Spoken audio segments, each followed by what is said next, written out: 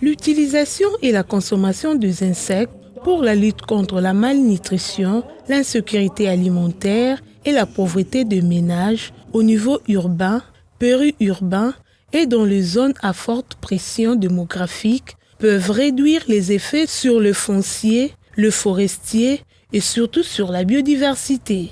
C'est ce qu'on peut retenir de l'atelier de restitution du projet de recherche pour le développement dénommé Système d'exploitation durable d'insectes comestibles à la partie ouest de la RDC. Le résultat de cette recherche a été révélé ce lundi 25 juillet à Kinshasa. Normalement, en termes de consommation, ce n'est pas dans le sens de l'imposition, mais c'est les aider. Parce que tel qu'on a des techniques telles que le nudge, là, c'est vous cherchez à aider les gens à adopter un comportement donné. Aujourd'hui, on a les problèmes de malnutrition, on a la famille et je pense que les protéines sont vraiment importantes pour la santé parce que les chenilles et les autres insectes ont un taux de conversion alimentaire élevé. Je pense que la population de Bandundu, de Congo central et de Kinshasa pourront bénéficier de ça parce qu'à la fin de ce projet, il y a 2 centres qui seront créés au Congo central et au Bandundu et on croit pallier à la famine et aux ressources protéines, la population pourra bénéficier de ça. Les initiateurs entendent augmenter les revenus de ménages à travers la mise en place d'un cadre favorable à la production d'insectes comestibles et à faire la promotion de l'entomophagie dans certaines provinces de la RDC. La prochaine étape, nous serons à Kisanji au Bandundu pour un atelier. Déjà le mois prochain, nous serons au Bandundu et au mois de septembre, nous serons au Congo central pour mettre en place les interventions de changement de comportement. Le Congo, c'est l'un des pays où nous avons la crise alimentaire et plusieurs problèmes.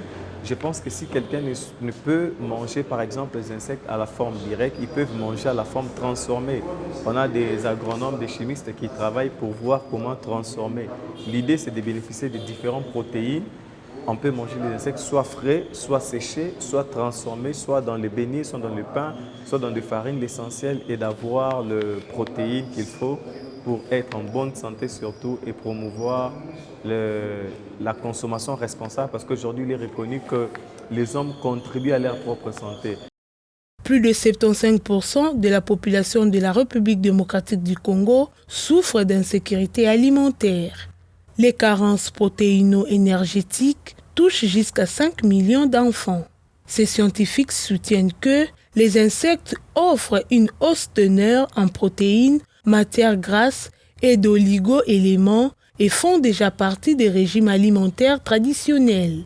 Le message que nous avons lancé aujourd'hui, c'est d'abord la diffusion de cette information afin que les populations qui n'ont pas encore adopté l'entomophagie, c'est-à-dire l'alimentation, la consommation des insectes comme étant une pratique d'alimentation, puissent adopter ces pratiques et que nous aussi, nous puissions arriver à des techniques qui puissent nous permettre de les produire et non plus de se limiter à aller ramasser les insectes dans la forêt, naturellement, mais arriver à les produire, arriver à les transformer, les conserver de façon à ce que les qualités de nos produits soient assurées tout le long de la durée de stockage. C'était ça, en fait, l'objet de ces différentes présentations que nous avons eues aujourd'hui, qui ont été présentées en long et en large par différents chercheurs qui travaillent ici à l'Université de Kinshasa, à l'Université catholique de Louvain, à l'ULB ou encore à l'ULG.